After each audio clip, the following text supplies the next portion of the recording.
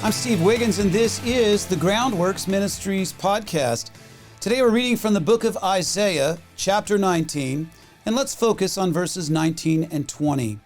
On that day there will be an altar to the Lord in the center of the land of Egypt, and a pillar to the Lord near her border. It will be a sign and witness to the Lord of hosts in the land of Egypt. When they cry out to the Lord because of their oppressors, He will send them a Savior and a leader, and He will rescue them. Now, in the first half of chapter 19, we see in Egypt, the people were looking for meaning in their lives, and it's a picture of modern civilization. Is it any wonder that one of the top-selling books of our time is a book called The Purpose-Driven Life by Rick Warren? Because people are still looking for purpose almost everywhere except in Jesus. And ours is a culture of men with sore eyes. They find the light painful, and they consider darkness, which permits them to see nothing, as a result, and it's agreeable to them. I don't like the light. It hurts my eyes. I'd rather have the darkness. Well, in today's chapter, we're given another picture of Egypt. It refers to events in the future, and it is signified by a six-fold repetition of on that day, on that day, on that day, so on.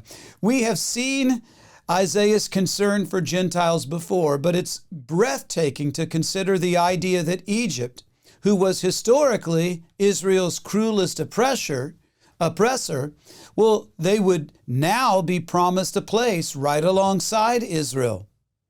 Egypt's progression from sin to salvation is worth noting.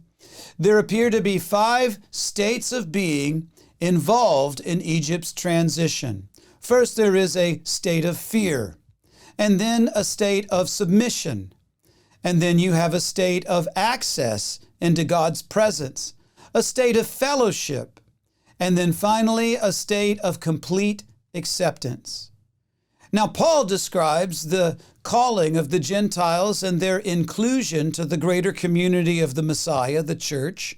Paul calls that, he says that it is as a wall that breaks down, that once separated Jews and Gentile. You understand that right now, between Egypt and Israel, there is a wall. There's a wall between Egypt and Israel. Imagine that wall breaking down.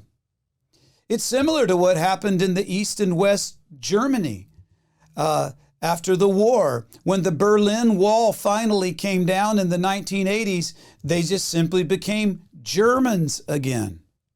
And the fellowship that binds followers of Jesus together is much more profound. Believers share the promise of heaven. And this is a mystery in that through the gospel, Gentile believers are considered equal heirs together with Jewish believers, members of one body, one in the Messiah, Jesus.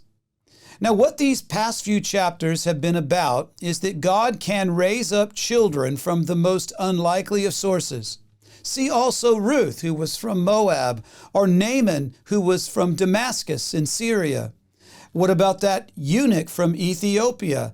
Or what about a guy named Athanasius from Alexandria, Egypt? Look him up in church history. Athanasius, it's easier to read than it is to say. Athanasius from Alexandria. Yeah, and then there's us. So in this understanding, we get a foretaste of heaven. It's not just going to be Jews. It's going to be everybody who has surrendered to the gospel. Revelation chapter 7, verse 9. And after this I looked, and there was a vast multitude from every nation, tribe, people, and language, which no one could number, standing before the throne and before the Lamb. I'm Steve Wiggins, and this is the Groundworks Ministries podcast. A lot to think about today. You know, Groundworks Ministries operates entirely through financial donations from faithful people just like you. And yes, we need your monthly support. Donating is secure and it's easy at our website, groundworksministries.com. You know, another way to help is just tell people about Groundworks Ministries. Share these podcasts with friends and family. You can share them on your social media. That's okay. Of course, you can always direct folks to our website, groundworksministries.com.